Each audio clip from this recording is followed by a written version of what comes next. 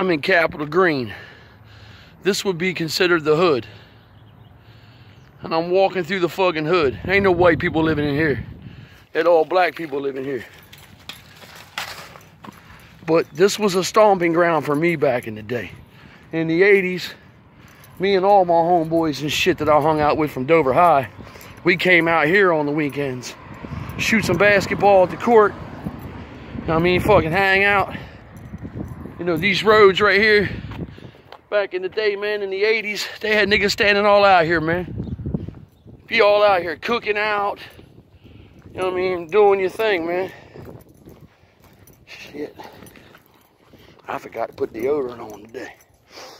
Anyway, yeah, so, you know, I'm in Capitol Green, man. I'm walking through the green. There are apartments on this side. You know what I mean? Then you had you got the alley.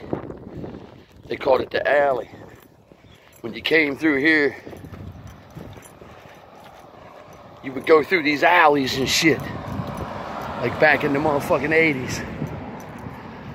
Dip up in the alleys. You get whatever you want in the alley. On the runway, called it the runway out here. You ain't gonna get that. You know what I mean? You'd have to go into the alley. They kept the block open. They didn't want nobody hustling out here. You know what I mean? But this has even changed and come a long way. You know, from the good old days of, you know, being a bad hood.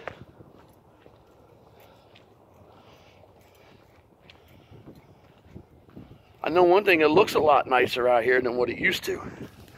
I mean, it was bad out here at one time. Yeah, you didn't come out here. You know what I mean? You better be ready to, you know, like, get it in.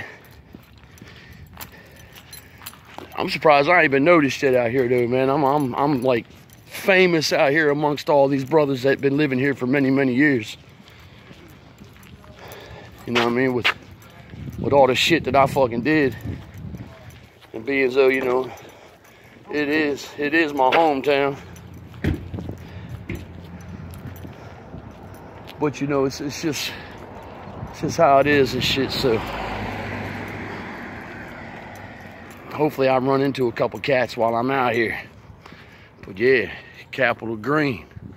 Walking through the green. I'm gonna show you the courts down here, which I believe they've upgraded. I mean, I know they got a brand new fence.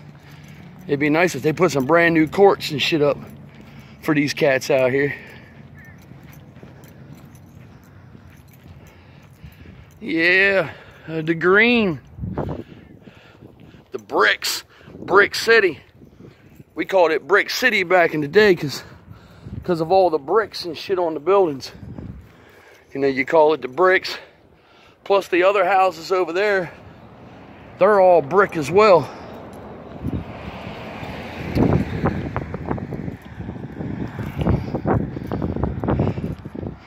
Nope. They still got the same courts. Check it out. These basketball courts right here. That's pretty cool. These courts right here, the green courts, you know, for the projects. If you want to call it the projects, that's what this would be called. But these courts right here, on the weekends, they be packed out in here, man, getting it in. I mean, but they could definitely use some new rims for their basketball court out here. At least some nets. That rim ain't so bad right there, but yeah, these are the courts. When William Drayton came to Dover to visit his grandmother, because Flavor Flav's grandmother lives here in Dover. Matter of fact, she don't live here. She lives downtown. If she's still alive, I think she's gone by now. But anyway, he would come here to visit his grandmother. And my friend Bobby Willjam lives over here in Ronnie Village. And Willjam is a producer, entertainment producer, booker, promoter for, you know, any type of you know, artists that used to come here to Delaware. You know, they would come here and they would perform out to the old mall. And he was, you know, the guy that made it happen. You know, he had the place for you to stay. You know what I mean? And he had them connections, man. You know what I mean? And Bobby Wilson. You know what I mean? He had them connects. I mean, he got pictures of him and Biggie and shit together. Because his family are big in Brooklyn.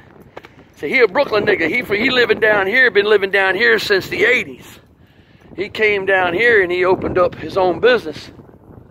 You know what I mean? And he went ahead and he fed the community, you know, the #1 hip-hop stars back in the day. Now, Public Enemy never came down here, but Flavor Flav came down here. When that 911 is a joke off Fear of a Black Planet.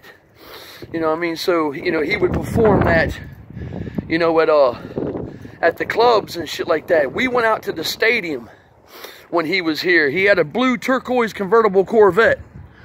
And my boy had a fucking black Trans Am. Like a 92, maybe 93 TA. And we met up with Flav at the Texaco gas station about 11:30 at night. He come pulling in to get some gasoline.